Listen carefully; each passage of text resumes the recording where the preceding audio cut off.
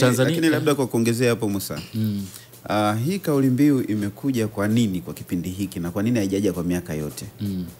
Tunatambua hapo nyuma wafanyakazi walikuwa wana changamoto nyingi sana kwa miaka kadhaa iliyopita. Tukianzia 2015 wakati wa utawala wa hayati Dr. John Pombe Magufuli. Kuanzia mwaka 2015 kuja 2020 na hapa kabla hajaondoka. Wafanyakazi of course wa umma tulikuwa tuna changamoto nyingi sana. Ya kwanza, madaraja kwanza yalikuwa yamesitishwa. La pili, kulikuwa hakuna posho.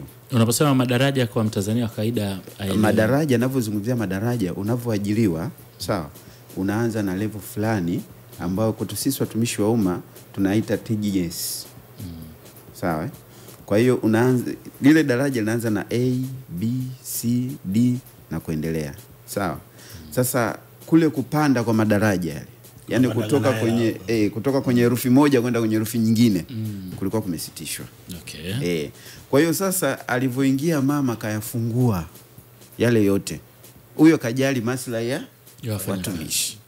Kwa sababu bila hivyo ina maana mpaka sasa hivi wafanyakazi bado wangekuwa wanataabika. Kwa hiyo wako baadhi ya watumishi walipewa madaraja mseleleko. Yani anapandishwa double kufidia kule alikotoka. Lakini pia hata mazingira ya kazini nayo yalikuwa ni magumu. Kwa hiyo kuingia mama karahisisha vitu vingi. Kafungua vitu vile vyote ambavyo vilikuwa vimefungwa. Sasa kwa sababu mama anajali maslahi ya wafanyakazi. So this time ni kipindi cha kuwaomba watumishi kwamba kumuunga mkono mama kwa kuendelea kujali maslahi ya wafanyakazi, lakini pia na wale ambao wanaenda kuchaguliwa wengine.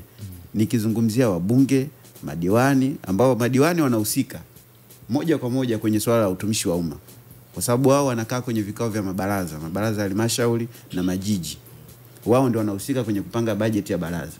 Lakini pia kwa wabunge kuna wengine wanaoteuliwa mawaziri. Unaona kuna waziri wa utumishi ambaye yeye anahusika kama mbunge. Sasa kama hana ile morali ya kusema niungane na watumishi kuangalia maslahi na haki zao, ina maana bado watumishi watakuwa wanafeli kwenye utendaji kazi wao. Na ndio maana hii kauli mbiu ina reflect moja kwa moja kwenda kwa watumishi na haijakaa kisiasa.